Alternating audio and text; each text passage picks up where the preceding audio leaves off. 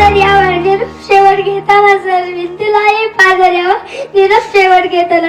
एवढं बोलून मी माझ्या भाषेत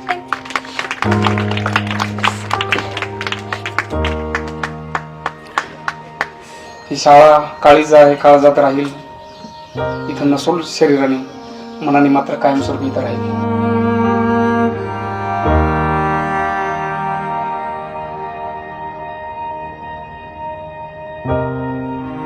भारजवाडी अहमदनगर जिल्ह्यातल्या पाथर्डी तालुक्यातील भगवानगडाच्या पायथ्याशी वसलेलं छोटंसं गाव.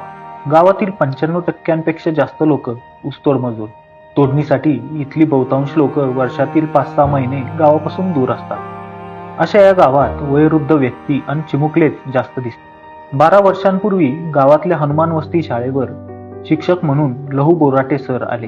गावकऱ्यांना शिक्षणाचे महत्त्व पटवून देत सहकारी राघू जपकर यांच्यासोबत शिक्षण देण्यास त्यांनी सुरुवात केली. या माणसाने माझ्यासोबत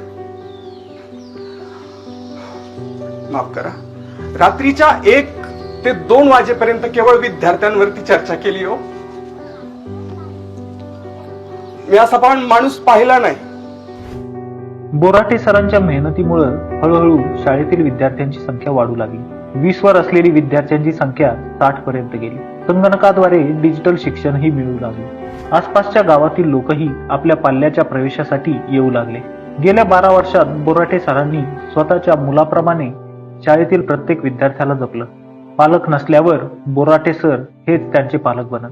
त्यामुळे शिक्षक, विद्यार्थी आणि गावातील गावकऱ्यांमध्ये एक वेगळंच नातं निर्माण झालं. नुकतीच या बोराटे सरांची बदली झाली.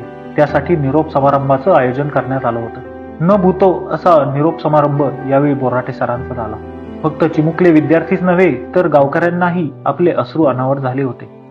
गावकऱ्यांनी, माजी विद्यार्थ्यांनी त्यांच्यावर फुलाचा वर्षाव केला. त्यांचा हा निरोप समारंभ त्यांच्यासाठी एखाद्या मोठ्या पुरस्कारापेक्षाही मोठा ठरलाय. हनुमाननगर ही शाळा, त्याच्याबद्दल बोलणं उचित नाहीच आहे. ती फील करण्याची गोष्ट आहे. या ठिकाणी या, त्या झाडाखाली बसा, तिथली पानांची सळसळ अनुभवा, लेकरांचा किलबिलाट अनुभवा. आज शाळेला इथपर्यंत घेऊन गेला, महाराष्ट्रामध्ये नावलौकिक झालं. हे स्वप्न होतं कधीतरी की एक दिवस मुंडे साहेबांना आपल्या शाळेमध्ये घेऊन यायचं आहे. दुर्दैवानं 2013 साली मुंडे साहेब आपल्यातून निघून गेले. ती लेकरं आठवत आहेत. संभाजी आहे, अनिकेत आहे, पुन्हा इथं बसलेली आहे, राधा आहे. ही लेकरं गमिल्यात बसून ह्यांनी आंघोळ्या केल्या आणि इथं आणून ही झाडं जगवली. त्यांना एक असं टार्गेट होतं की किमान तुमची लेकरं येऊन ह्या झाडाला झोका खेळतील, यासाठी ही झाडं जगवायची आहेत. हो सर, आम्ही जगवतो. बनग्या आणाव्या, झाडांच्या ह्याच्यामध्ये आतरून द्याव्या, झाडाला पाणी घालावं. दरवर्षी वनदिन आला की त्या लेकरांना त्या झाडापाशी उभा करायचं, त्यांचे फोटो काढायचे. बघा गेल्या वर्षी झाड कुठं होतं, या वर्षी कुठे आणि पुढच्या वर्षी कुठं जाईल. मला असं वाटतं शाळेत ती एक झाड आहे, आपल्या अंतःकरणामध्ये शिक्षणाचं वाढलेलं एक झाड आहे. खलील जिब्रानचं हे वाक्य आहे की प्रत्येक लेकरू स्वतःचं अस्तित्व घेऊन जन्माला येतं. तुम्ही त्याचं अस्तित्व नाही घडू शकत आहे. त्याच्या आजूबाजूला पोषक असणारं वातावरण तुम्ही निर्माण करू शकता. लेकरांचे मालक तुम्ही होऊ शकत नाहीत, लेकरांचे पालक तुम्ही होऊ शकता.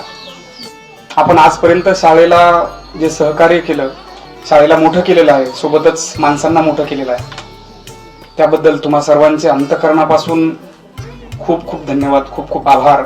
आणि गेल्या 10-12 वर्षांमध्ये काम करत असताना कोणाच्या भावना दुखावल्या असतील, कोणाचं मन दुखवलं असेल, अजाणतेपणे काही चुका झाल्या असतील, काही गोष्टी राहून गेल्या असतील, तर त्याबद्दल अंतःकरणापासून माफ करा.